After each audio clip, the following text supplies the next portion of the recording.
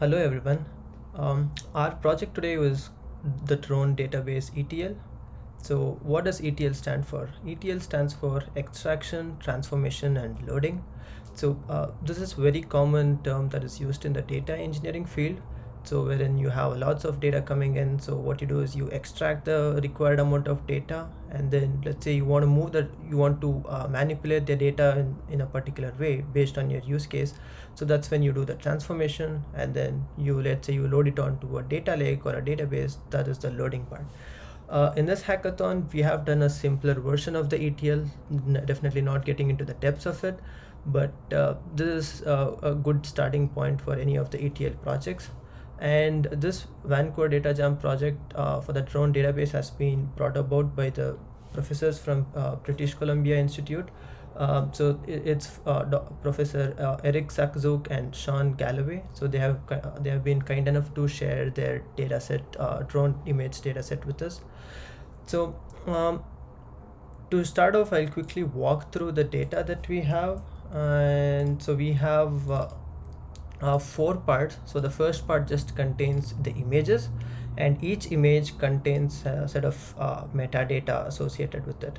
So this is the image, as you can see at the bottom, and the associated metadata with it is in terms of, let's say, the latitude, longitude, or the dimension of the image, or when the image has been created, and what is the focal length of the device that was used to sort of, let's say, capture this image, and so on.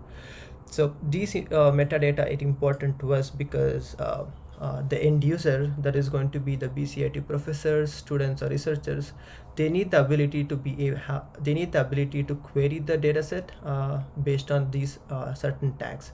So the tags that I talked about were, it can be like the latitude, longitude, or any other metadata associated with an image. So when we go to the part 2, that's when it gets more interesting. So we have the images, and then we have the different subfolders or subfiles associated with it, and each of them have a varied file structure. So this is an OC3 file, and then we have something called as PSX, and so on. So what we do is, for every image that is there, we generate a JSON consisting of the metadata, and for every other file that is not an image, for example, let's say the PSX file, so we generate another JSON that is similar in structure. So the JSON sort of looks like this. So for example, if this is the image that we are considering, let's say the 001.jpg, we have the associated metadata with that using in the form of a JSON structure. So we have the created time and latitude, longitude, the focal length, and so on.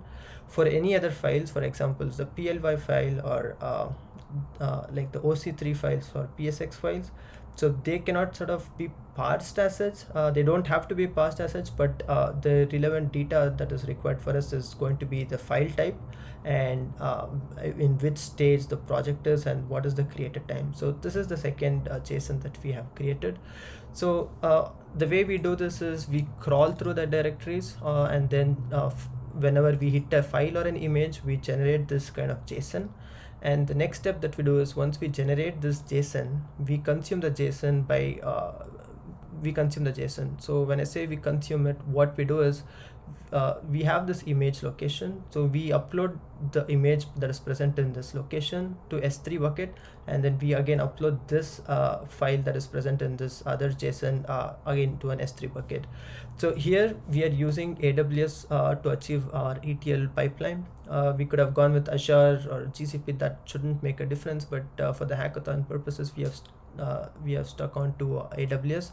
And to save the images, we use S3 buckets.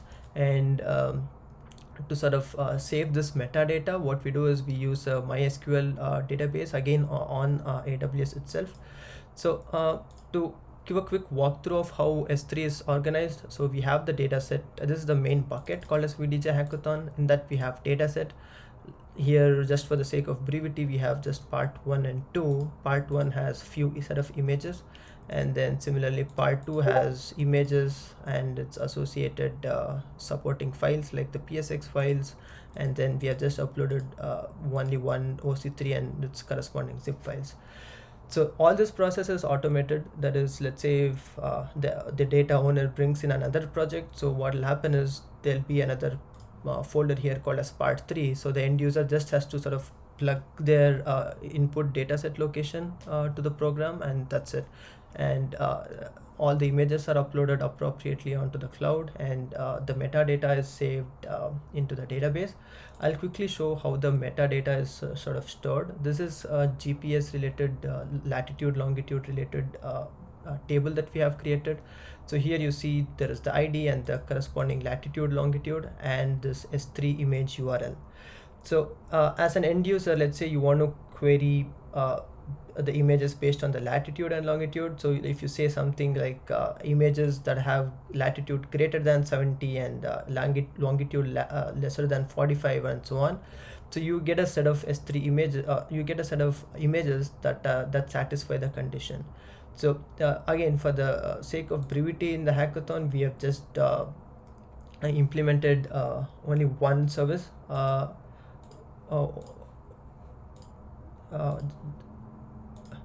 We have just performed once service for the latitude and longitude, but we can definitely extend this for any other parameters such as the created date time and or even the file types and so on.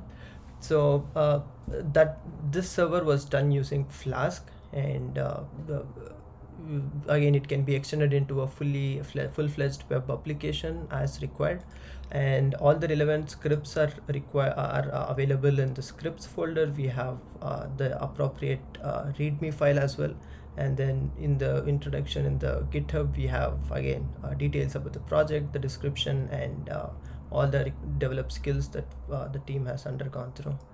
I think that's it for the project. Thank you so much.